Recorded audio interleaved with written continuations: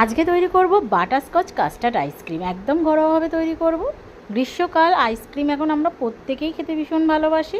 সেটা যদি আবার বাড়ির তৈরি হয় তাহলে তো আর দেখতেই হবে না। তো চলো কিভাবে তৈরি করেছি তোমাদের সঙ্গে শেয়ার করে ফেলি।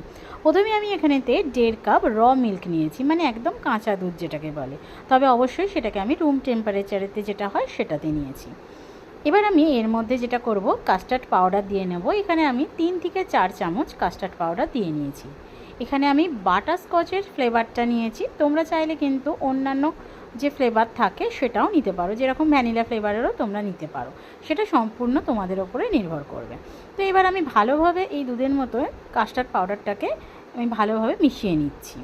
তবে লক্ষ্য রাখতে হবে কোনো রকমভাবে যেন দলা পাকিয়ে যায়। যদি দেখো যে দলা মতন পাকিয়ে গেছে তাহলে একটুখানি এটাকে ভালোভাবে একটুখানি ছেঁকে নেবে। তো চলো এবার যেটা করেছি, আমি এখানেতে মোটামুটি 250 ml মতন দুধ নিয়ে নিয়েছি। আর অবশ্যই খেয়াল রাখবে এই দুধেতে যেন না মানে জল মেশানো হয়। মানে যে প্যাকেট দুধ আমি এখানে ইউজ করেছি, মানে র দুধটাই দিয়ে নিয়েছি, কোনো জল দিইনি তার মধ্যে। দুধটা যখন একটু গরম হতে শুরু করবে তখন আমি এই কাস্টার্ডের যে ঘোলটা তৈরি করেছিলাম সেটা দুধের মধ্যে দিয়ে নেব। আর আস্তে আস্তে এইভাবে নাড়াচাড়া করতে থাকবো। তবে এই পদ্ধতিতে একটু নাড়াচাড়া করতে হবে। আর গ্যাসটাকে কিন্তু প্রথম ভাগটা একটু কম ফ্লেমেতে দেব। যখন দ্বিতীয় ভাগে যাব তখন একটু ফ্লেমটাকে জোরে করে দেব।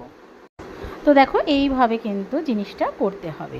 খেয়াল রাখতে হবে যদি খুব বেশি নাড়াচাড়া নাও করো, কিন্তু একবারে যে খুব কম করবে তা নয়। মানে একবার দুবার নাড়বে, আবার কিছুক্ষণ একটু রেস্ট দেবে, তারপরে আবারও একটু নাড়বে, মানে এইভাবে করলে হবে।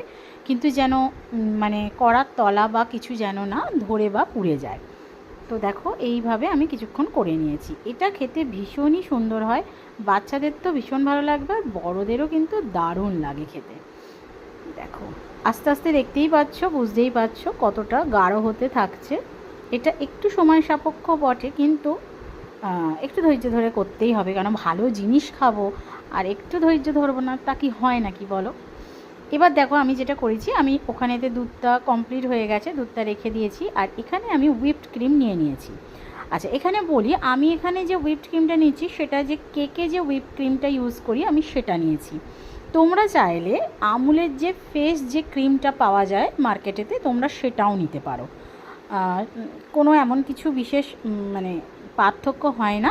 তবে যদি হুইপ ক্রিমটা সম্ভব হয় তাহলে তোমরা এই হুইপ ক্রিমটা ইউজ করবে, আদারওয়াইজ তোমরা আমুল যে ফ্রেশ ক্রিমটা পাওয়া যায় সেটাও নিতে পারো। তো এবারে এটা নিয়ে এইভাবে আমি এটাকে ফেটিয়ে নিচ্ছি।